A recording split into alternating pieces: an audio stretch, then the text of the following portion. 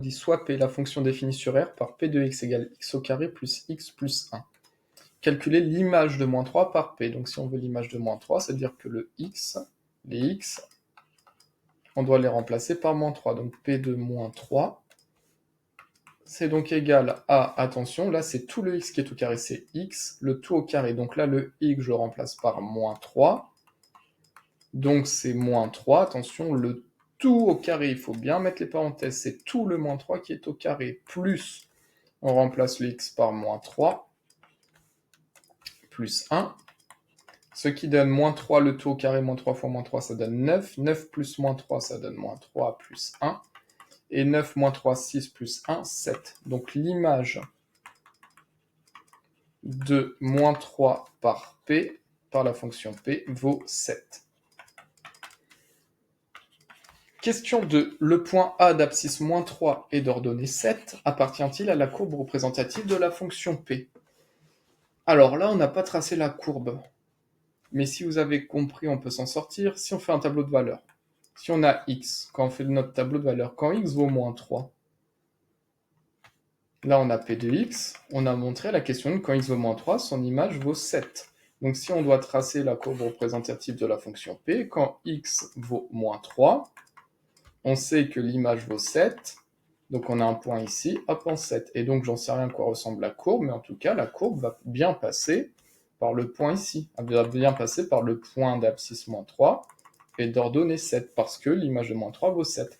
Donc on me dit le point A d'abscisse moins 3 et d'ordonnée 7 appartient-il à la courbe de la fonction P? Donc réponse oui. Le point A appartient à la courbe représentative de la fonction P, car l'image de moins 3 par la fonction P vaut 7. On a montré que quand x vaut moins 3, son image vaut 7. Donc si je trace la courbe représentative, le point A d'abscisse moins 3 et d'ordonnée 7 va bien être sur la courbe représentative de la fonction P.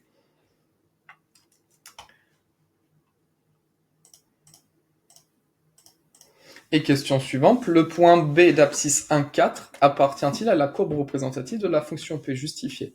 Alors le point B d'abscisse 1, 4, donc 1, c'est-à-dire qu'on doit calculer l'image de 1. Donc quand x vaut 1, on va calculer son image. Donc calculons P de 1.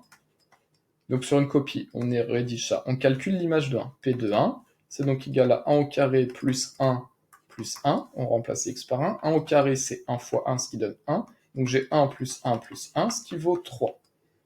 Donc, si je fais mon tableau de valeurs, la question on a vu que l'image de moins 3 vaut 7, et quand x vaut 1, son image vaut 3.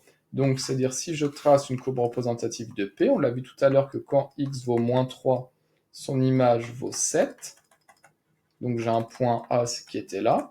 Et quand x vaut 1, son image vaut 3. Donc, j'ai un point ici qui a pour ordonnée 3. Le point est ici. Donc, j'en sais rien à quoi va ressembler la courbe, mais en tout cas, elle peut faire quelque chose comme ça.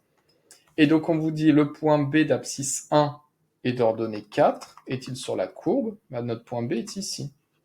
Abscisse 1, ordonnée 4.